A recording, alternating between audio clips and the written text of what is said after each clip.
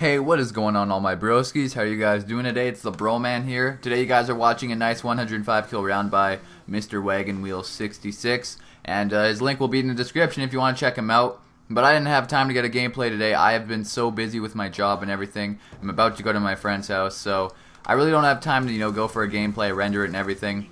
So just thanks to Mr. Wagon Wheel for sending me this gameplay. And if you guys have a gameplay you want me to use, just send it over to me. If I want it to be an impressive gameplay, of course. I mean, if it's a horrible like 12 and 8 like a Broman gameplay, I mean, I might accept it. I don't know. Just send me your gameplays if you want me to use it, and I might in one video, and of course you'll get credit.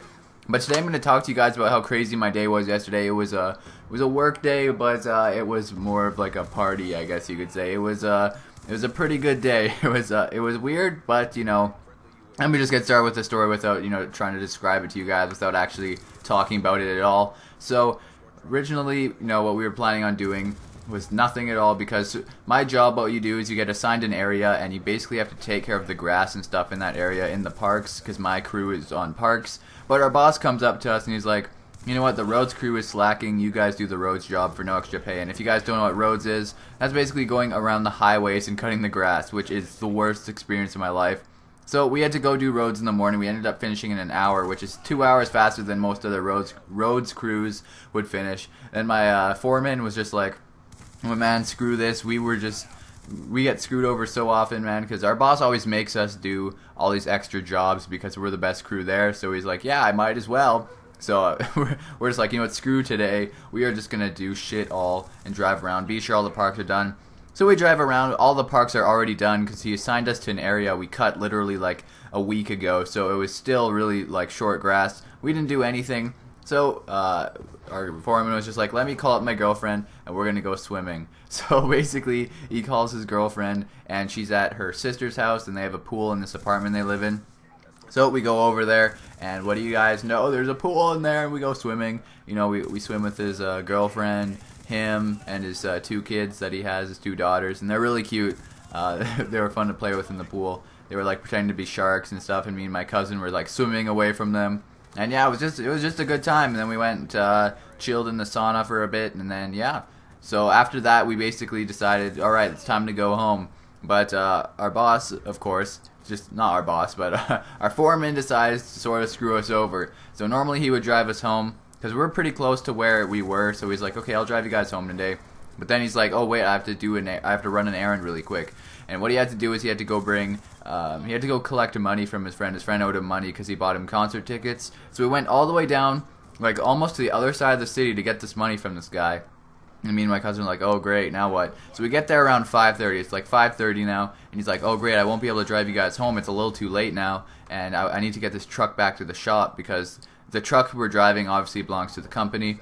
So he drives back to the shop, and he's like, you know what? I don't think we should bring this truck back yet because it's not even 6 o'clock, so we'll lose the hour's pay or whatever. So he stalls until 6 or 6:30, I think it was. So we were waiting like 45 minutes to get to the frickin' station.